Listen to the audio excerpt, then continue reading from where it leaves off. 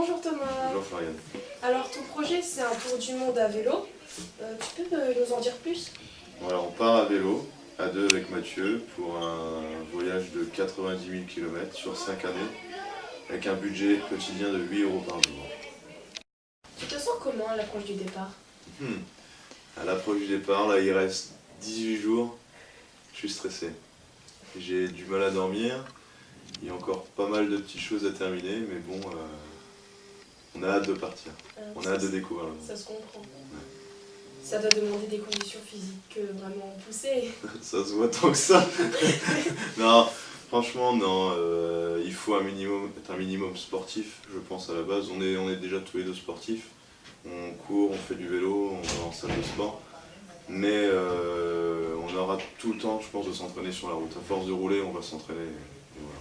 En préparant ce projet, vous êtes entraîné combien de temps approximativement? Niveau physique, Ouais. on n'a pas eu de préparation spécialement pour le voyage. En fait, on a toujours fait du sport. En fait, depuis qu'on est petit, on a toujours fait du sport. Du coup, je pense que c'est une continuité. Simplement, on continue à faire du sport sans penser à l'entraînement spécialement pour le voyage. Dans quel but tu réalises ce projet en fait? Alors, contrairement à certaines personnes, on n'a pas de but humanitaire ou écologique. On ne se cache pas derrière un but écologique. On le fait d'abord pour nous. Voilà, on entend tellement de gens dire ah, si j'avais eu ton âge, si j'avais eu l'occasion de le faire, je serais parti faire un tour du monde. J'entends des chefs d'entreprise avec qui j'ai travaillé, des personnes âgées qui disent ah, si j'avais su, je serais parti faire un tour du monde. Donc nous on se dit voilà, on a l'occasion de le faire, on va le faire maintenant, on va le partager aux gens, avec les gens, montrer que c'est possible de voyager et qu'à n'importe quel moment de sa vie en fait on peut prendre entre guillemets, le risque de quitter et de partir à l'aventure. C'est très beau. Et les différents matériaux dont tu auras besoin pour ce voyage? Alors on va au plus basique, on cherche le plus léger, celui qui prend le moins de place. Donc voilà, par exemple on va prendre je pense 4 caleçons, 4 paires de chaussettes, 1 ou 2 pantalons, 3-4 t-shirts par exemple au niveau vêtements, ça sera tout.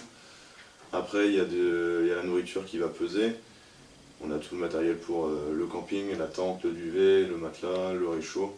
Et voilà, après c'est plus du domaine de la communication, appareil photo, ordinateur, caméra. Alors, quelles sont les grandes lignes de ton itinéraire? Donc on part de Landrecies, ça va, on connaît tous. Et on va se diriger vers l'Afrique.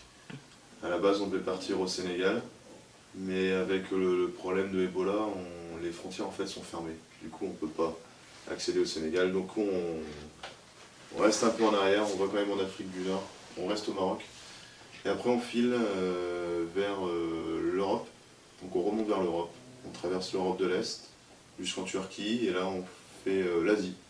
Donc grosso modo, voilà, on traverse l'Asie, on va rejoindre l'Inde, descendre Thaïlande, on remonte la Chine jusqu'au Japon, ensuite on descend d'Océanie, Australie, Nouvelle-Zélande, et on passe du côté Amérique. Donc d'abord l'Amérique du Sud, on fait une bonne boucle en Amérique du Sud pour monter jusqu'en haut de l'Amérique du Nord. Et ensuite on retourne tranquillement vers la France. D'accord. Et comment tu vas donner des nouvelles de où tu seras? Voilà. On a la chance, je pense, de vivre dans une ère on va dire internet, multimédia. Du coup internet va beaucoup nous aider à donner des nouvelles, partager nos vidéos, nos photos, nos articles. Et pour la famille, les amis, les proches, c'est sûr que Internet via Skype ou d'autres moyens, on peut les avoir facilement une fois par mois dans un bon bout de temps. Je pense qu'il y aura vraiment des moments difficiles pendant votre traversée. Parce que pendant 5 ans, rouler avec Mathieu qui n'est pas là, comment vous allez réussir à gérer tout ça? On en a parlé. On a évoqué le fait qu'il y aura peut-être des moments de entre guillemets clash. Mais on est adulte, on va pas se taper dessus, on est adulte, on a des paroles pour ça, on est là pour s'expliquer. Si quelque chose ne va pas, on s'est toujours dit, on se le dira.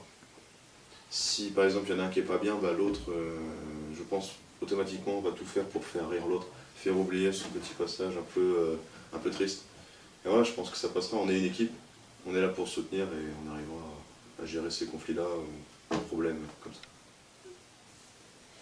Et comment tu vas communiquer avec les étrangers? Avec les gestes. Non, bah après la langue. Donc bon, comme toute langue, ça s'apprend. On a la chance de parler l'anglais. On parle un petit peu l'espagnol. Après, c'est sûr que dans des pays comme l'Asie, on parle rarement l'anglais. Ou alors, il faut vraiment aller dans les grandes villes. Sinon, ça va être la débrouillardise, hein, les gestes. On peut très bien comprendre avec des gestes, des dessins, et voilà. Et pourquoi tu as choisi le lycée Duplex pour entamer ton voyage?